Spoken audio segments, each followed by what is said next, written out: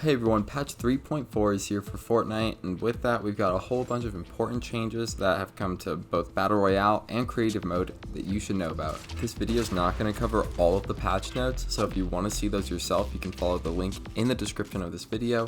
Again, these are just the changes that I find to be either the most significant or the most important to know about. Let me know if I left anything out that you thought was important in the comments below, and with that, let's get into this. First thing we should talk about is the items that got vaulted. Who didn't survive the cut? Dual pistols and dynamite, I'm glad to see those go. I didn't use them too often, although dynamite actually that was pretty cool, but there were too many explosives. Seeing the boom bow get vaulted, man, that's... No, it's not true. That's impossible.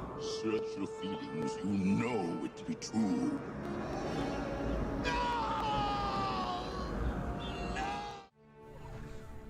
A moment of silence for the boom bow. We all knew its time would come, I just didn't think it would be so soon. Next up, we need to talk about the crazy range of the combat shotgun. Well, it's not so crazy anymore. The gun has been nerfed. The gist of it is, I think they're increasing the damage fall off, so it won't be able to do as much damage at range anymore. The next thing to talk about regards shotguns and swap delay. So if you don't know about swap delay with shotguns, it's when you switch from a weapon to your shotgun, there is a pretty significant delay time before you can shoot that shotgun. And I think it's only if you've shot the shotgun and then switch to another weapon and switch back to it. This was introduced quite a while back, and it was to try and deal with double pump strategies, as well as pump deagle or any shotgun with another weapon combo strategy, which at the time were very dominant. Now they're trying something a little unusual though, where you'll only be affected by this swap delay if you have 2 shotguns or more in your inventory, whereas if you only have 1 shotgun, now you won't have any swap delay, which is nice, but it's just, I don't know, it's kind of strange, and it seems like it might have unintended consequences. For example, if your teammate died and you need to go to a respawn van, it's far away, so you gotta take their shotgun with you, well now you're at a disadvantage. You will still have that swap delay if you get into a fight and you're down a team member on top of it, so it just seems like it can make bad situations worse. And it's not super complicated, but it's complicated enough to where this type of mechanic, I feel, opens the door for all types of bugs, such as still having the equip delay if you've had 2 shotguns in the past, even though you've dropped one and now you only have a single shotgun. I'm not saying that is an actual bug in the game, but I would not be surprised if it turned out to be one. This one's important to know about if you're playing on console, so I don't know if anyone else has noticed this, but for a while now, they had a hold to swap function where no matter what you have in your inventory, if you only have 1 item and you have that item out and you go up to another item to pick it up, if you hold your pickup button, it would swap out that item for the item you have currently held in your hands.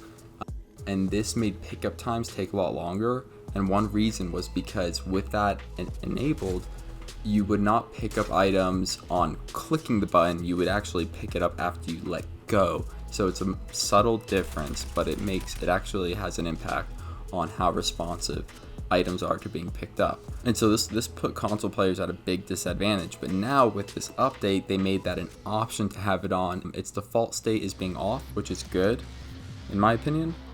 I never liked this, and I'm glad that I can turn it off now. That's all I have to say about that. Okay, now some quick speculation. There is a airstrike bomb / grenade thing in the files, and also there is a thing in the files for 14 days of summer, which I'm pretty sure is going to happen. So I'll just be laying awake at night thinking about how the airstrike is going to ruin the game. Alright, now let's check out some new skins. This first one on the left is Singularity, and she is actually the statue that you see in Neo Tilted. So I'm interested to learn more about her character. If we haven't seen the Neo Legends bundle yet, I think this might be it. And here's some additional styles for the Singularity outfit. So it looks like this outfit is going to have a lot of customizability. I don't know the name of these 3 skins, but I do know that they look awesome. We're also getting a bunch of new cool wraps for our weapons and vehicles. On top of that, add the crazy cool contrails and the jellyfish glider, and I'm going to be broke before the end of summer. All of these leaked photos are from a super awesome community of data miners on Twitter and maybe even Reddit. If you want to see more, I'll leave their information in the description. Feel free to check them out. Real quick, here is the Chug Splash, which acts sort of like a grenade that heals you and anyone else who is caught in its area for 20 health or shield, depending on what you're missing. They're rare, they drop in stacks of 2, and you can hold up to 6 in a single stack. Also, if you check the challenges tab now, you should see that there is challenges for the new Singularity skin. Jumping into creative, we got 2 new styles of islands to create on. We got the Caldera, which is like this open volcano thing, and it looks awesome. And then also, we have the Wasteland, which looks sort of like the southeast part of the map does right now. Looks like a great place to make a post-apocalyptic style block map.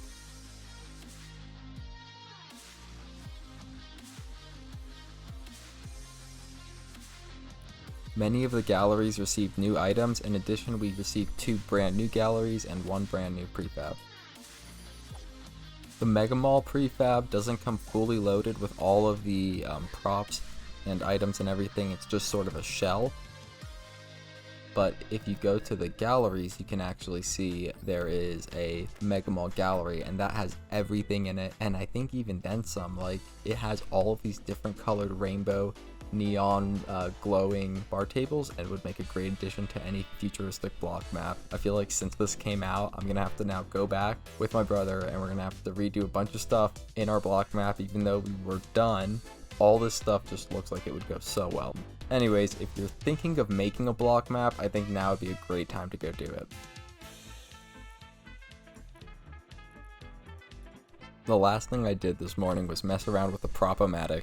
At first I didn't really know what I was doing, but then once I kind of figured out how to use it, man, this thing is fun. It's kind of buggy and weird and doesn't work super well, but it's just so much fun to use.